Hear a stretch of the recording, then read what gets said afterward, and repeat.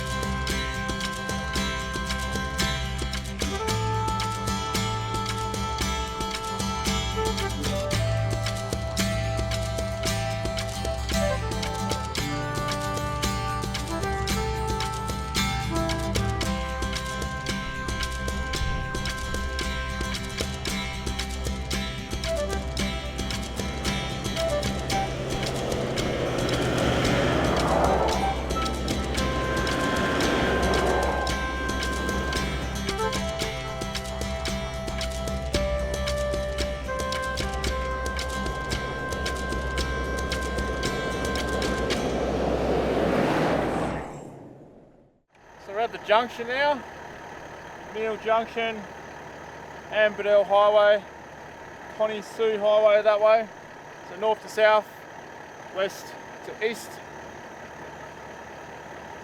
We've got a bit of information here on the distances. So we are 220 miles from the South Australian border. So this plaque was obviously done back in the day when we still use the old figures here. Use the miles instead of the kilometres. 600 miles to Cooper Pedy. Long way to go. 240 miles back to Laverton where we just came from. So that kind of puts it into perspective. We've almost got the same distance again just to get to the South Australian border, and then we've got a long way to go still. So we're going to pull up, we're going to make camp somewhere around here tonight. And then tomorrow, I'll tell you a bit of the background behind this actual highway and why it's here. So let's go find camp. What did he say?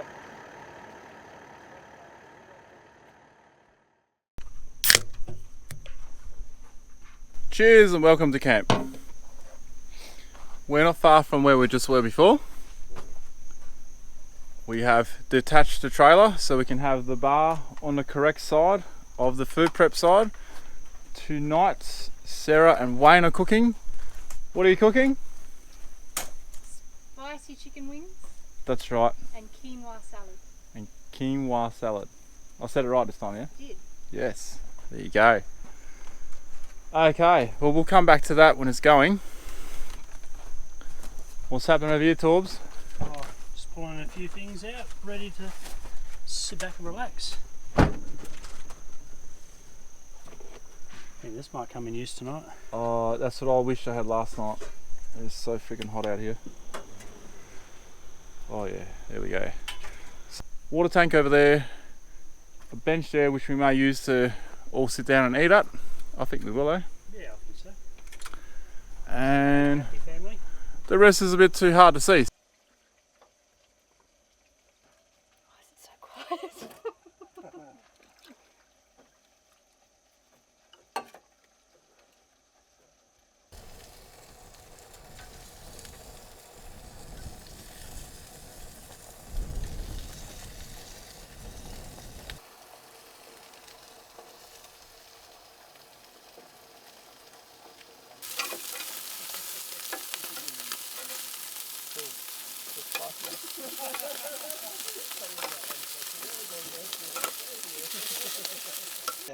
Chicken wings.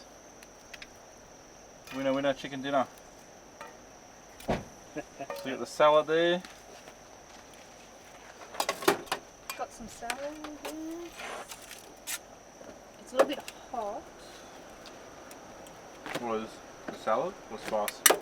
That'll be spicy. Yeah, nice. This is a little bit hot, so I'm not going to mix this together like I normally would I because see you held Wayne a bit more responsible because he hasn't gone over the top of the spice. yes, you gotta have some restraint. Ooh, this looks so healthy. It's very green, isn't it? So this is more of a salsa, I guess. What bugs are under my shirt now? Eggs. Eggs. Oh yeah. So we got the chicken and the egg. Which came first? Well, the chicken was ready first. That looks alright. Oh, That looks better than alright. Oh yeah. Check that out. Lovely. Should have greens like this. Can't say no to eggs. an egg. So we're what, about 400 kilometres from civilization, and we have some pretty good tucker here.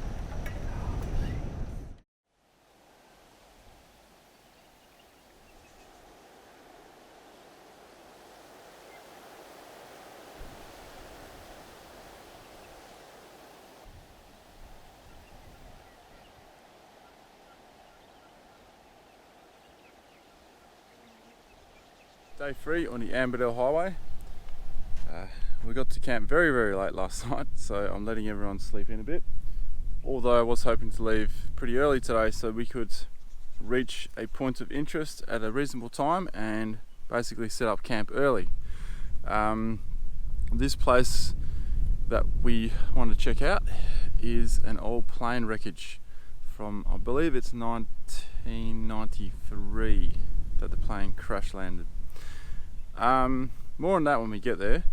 It was raining just earlier, and it's been windy all night, so with the wind it has given us a bit of relief from all the flies and stuff. I mean, they are still around right now, but it's given us a bit of a relief from the mozzies and all that. I've been nailed everywhere, my arms and legs, so that was nice to get a bit of relief, and from the heat as well, because it's been pretty hot, eh? So I'll run you through how I'm sort of set up at the moment. So as you've probably seen already, that's the kitchen we've used on the X1, which has come in handy. Just all 6 of us are using it, which makes it easier to clean up and stuff, and it saves a few other people from bringing their cookers and stuff, so it's been pretty good. I'll run through all the storages and all that later, but I'll show you where I've been sleeping. So in we go. Okay, this is the king size bed. Check out this mattress. It's a spring mattress too. It is the most comfiest I've ever been camping, but it's definitely overkill for one person. So this is a king size bed. Pretty big, hey? So I've got all the vents open because, as you may have experienced with tents, they do get like a hot box. But with all these vents open, it's not too bad. Now it is windy, but the last couple of nights I've had every single vent open except for this door side here. Otherwise this has been open, that's been open, and all three windows have been open. Not that bad to set up, but the biggest pain in the butt is the bag that goes on top. I'll show you that later when I go to pack up. It's the same with every rooftop tent. Here we have a ladder, or sorry, not a ladder, a staircase, which is pretty cool. So underneath, I'm able to access all my, all my electronics which I've been storing in here. This this drawer slide here fits my drone box perfectly, so it's been so handy. So all this gear I normally have here is normally in my vehicle somewhere, so it has actually helped a lot towing this trailer in terms of all the gear. And my cruiser is weighing a bit less than normal because there's a lot of gear in here that's not in there, so I'm just towing it instead. So that's a look at the tent from the outside. It has been a bit flappy tonight, but I haven't pegged it down. I've yet to peg this tent down. I think you're meant to peg it down on the corners, but I found that it's alright, even in high winds last night. Toast, cold toast, with cold avocado, not sun-dried tomatoes, cherry tomatoes from the fridge, and some feta cheese. Really quick and easy, and quite tasty too. You gotta like avocados though. Oh, you either love them or hate them. Yeah, Love them. I love them. this is Ronnie's 2-week crash diet. This is my regular breakfast actually. Oh, no. This is a toast that we're using, which is with this in this cooker. It's pretty cool actually. It's got a big burner, small burner, and you can do toast underneath. You can do two at a time. Not ideal if you got 6 people that want toast at the same time, but this is cold toast, so it's all good.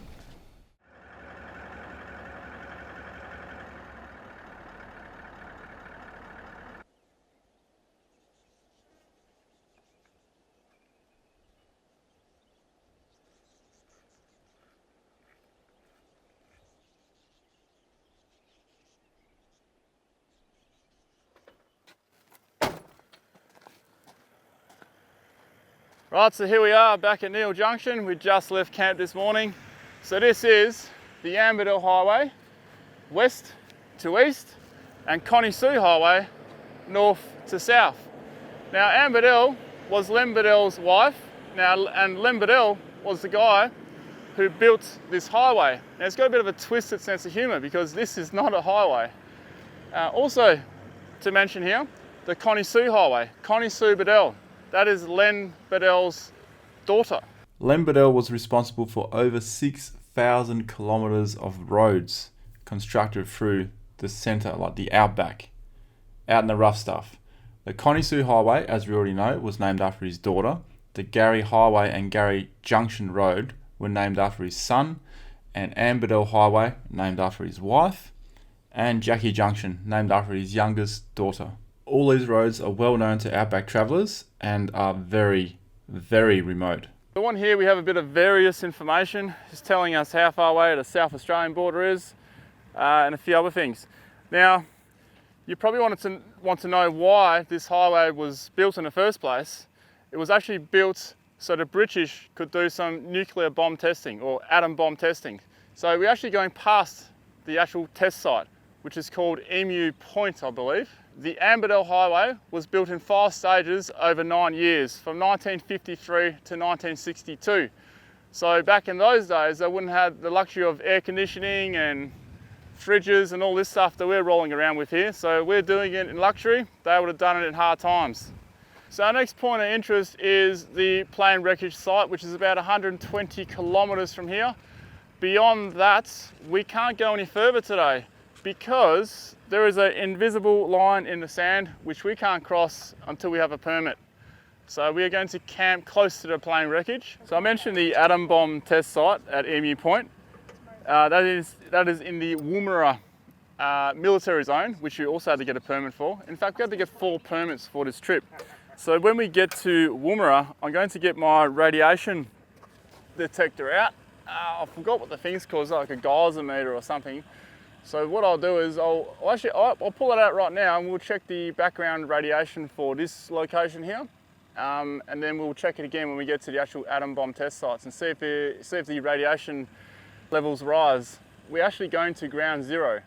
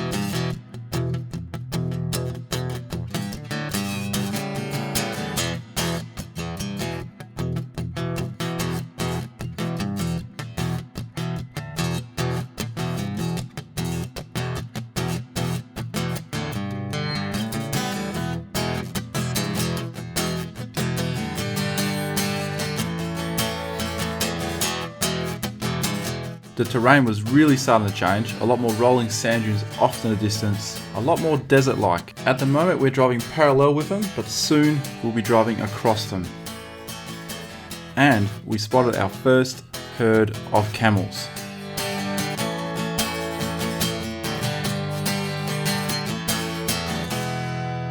Plus the odd pair here and there.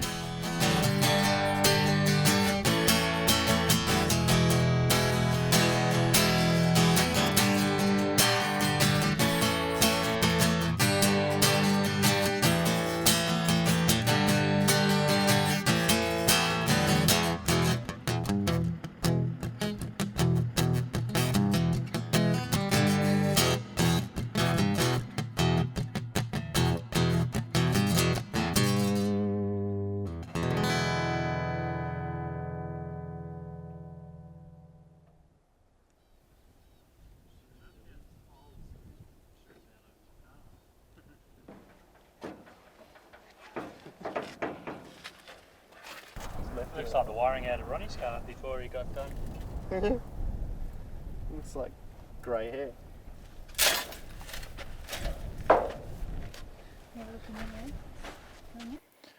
This is a Nissan GU Patrol. I could tell straight away by the rims. And yeah, it's got auto hubs too. Obviously met unfortunate events. I reckon this is probably someone who's traveling like we are, because there's a lot of accessories on this vehicle. There's, take the roof rack, bull bar, there's some stuff that was mounted to the bull bar. There was a snorkel here. I'm not actually sure if the GU does come standard with snorkel or not. Yeah, so I'm not sure what happened here, but didn't end well. There is a patch up there where it caught on fire and then someone's dragged it down here later. So, a long way from anywhere really. I would really like to know the story behind this. Just imagine if you were by yourself and this happened. So, fire extinguishers. So right now we are at least 2 solid days driving, possibly even 3 solid days driving from Laverton. And we're about a day's drive from the Indigenous community, a roadhouse down that way, which is not much there. Whoever ended up in this situation, it wouldn't have been good. So I hope this person had some travel companions with another vehicle, because this would not be fun. There is no water around here, and if it's in the heat of summer, yeah, I don't like your chances. Now, talking about suspension, this is coil bind. Here's your compressor. Oh, look at that. It's got hot, eh? Air conditioning compressor. Yeah. Even the glass is melted around here at the You see all the aluminium. Tail shaft's blowing up. So that's, you reckon that's blown up from the fire? Yeah, normally because they're all welded. See, it's welded there. Yeah. Just peel open. Yeah, okay. Look at the springs. Look at all the alloy melting here. Pretty gnarly out here to have a fire in your car though, wouldn't it? If you get here really close. Got extra tank as well.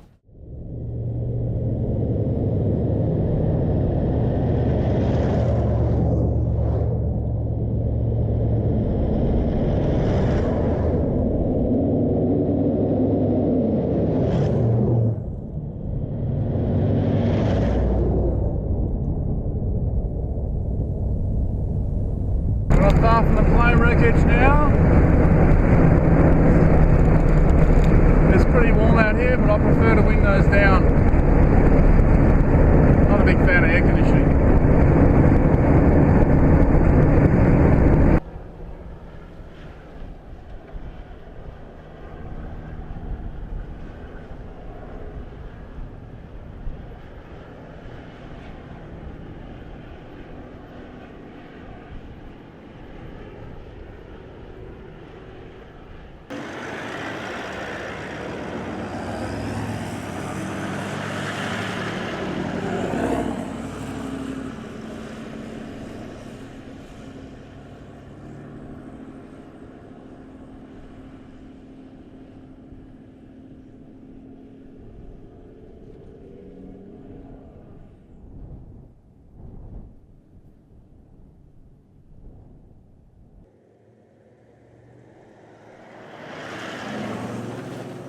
I'll be honest, there wasn't much excitement along the track until we saw some points of interest.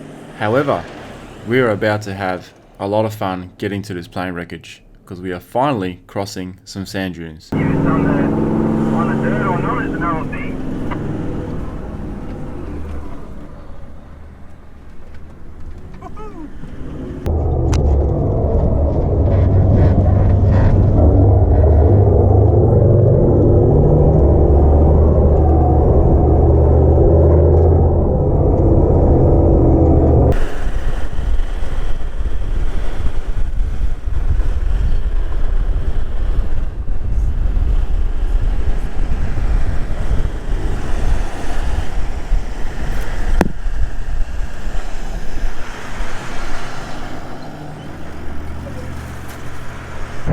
Having fun driving into the sun.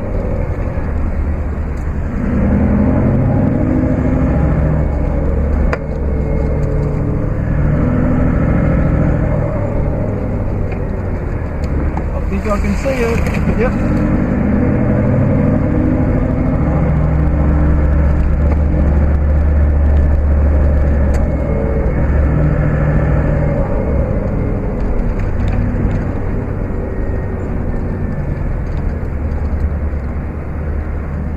There it is.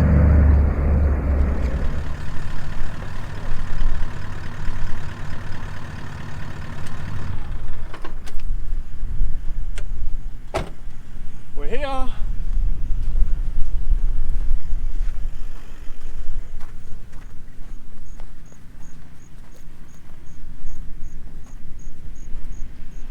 Goldfields Air Services.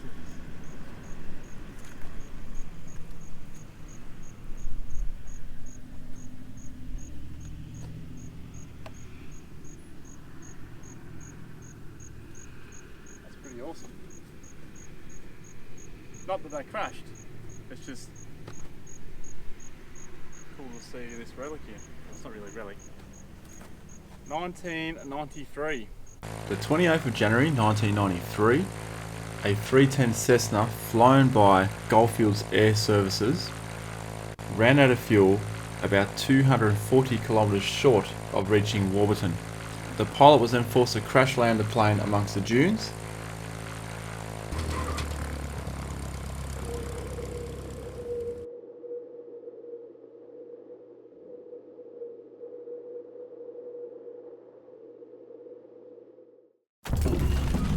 All occupants on board were injured, some with serious back injuries. However, everyone made it out alive, and the plane wreckage is still there today.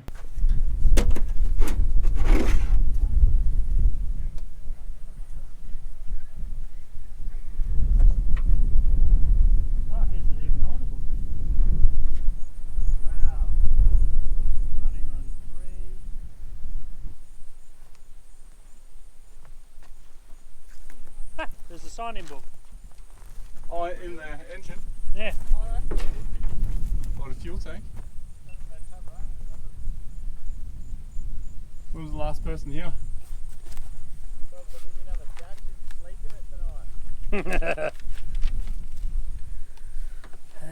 Last person was the 3rd of the 9th last year. Quite a few people.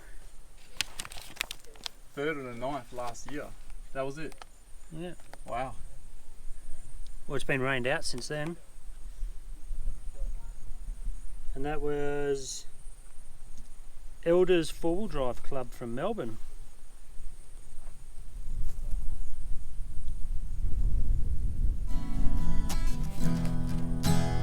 Patron. So it's most of them actually being clubs and tourists.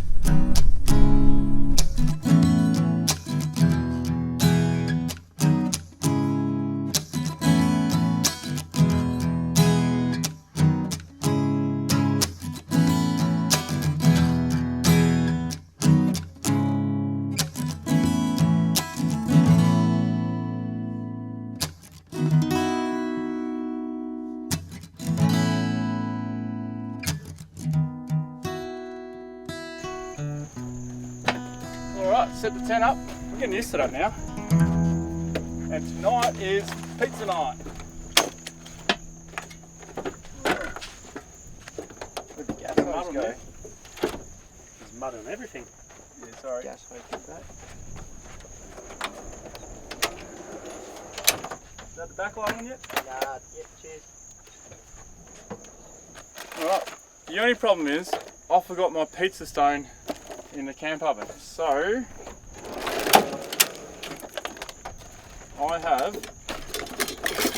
this hillbilly pan here, which we should get away with as our pizza stone. Let's just check this out. If it works. Should work alright. We can't close the lid completely though. Try that. Try that lid. You can actually. Hey, we did alright today. Go sideways. Try it side. No, it's actually left here. Sweet. That'll That'll do. work. Yeah. It'll be edible. Bush pizzas. Sweet. So bush pizzas coming up. It's Wayne's birthday tomorrow. Step in, Wayne. Oh, It's Eva Wayne's birthday. playing for midnight. Wayne for midnight. It's my New Year's Eve tonight. Ooh, you want to grab the rum from there? So, I'm waiting for some ice. Alright. So, being a communal kind of trailer, and me feeling like a king sleeping in that tent, this, I've probably mentioned already, this is definitely overkill for one person, but we are using it as a community. You got the rum, you can bring it in. If you've got rum, you can come in. Oh mate, there it is. Alright. Hey, actually, these cups are pretty cool. The only drama is, someone always ends up with a small cup. That's alright, because I like bitumen shot coffee. And I'll just make sure I get this when we pour the drinks. And that's how we do ice in the bush. Water bottle. You're going to hit your fingers. No, that's why I got a plastic hammer. Oh yeah. Yeah, Torben's banned from using axes, by the way. That rum's going pretty quick, eh? Cheers, everybody. Cheers. Cheers.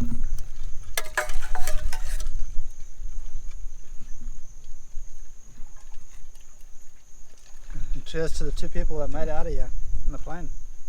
Good on them. Where did that come from, Wayne? I don't know. Well, if it wasn't for them, we wouldn't be here. Hey, that's true. That's true. I'll cheers to that. Yeah, cheers. Cheers for crashing. Cheers for crashing the plane. Yeah, I know how your brain thinks. Pizza time. 3 pizzas in. We're going to pull out the 4th pizza. A few people here are under the weather.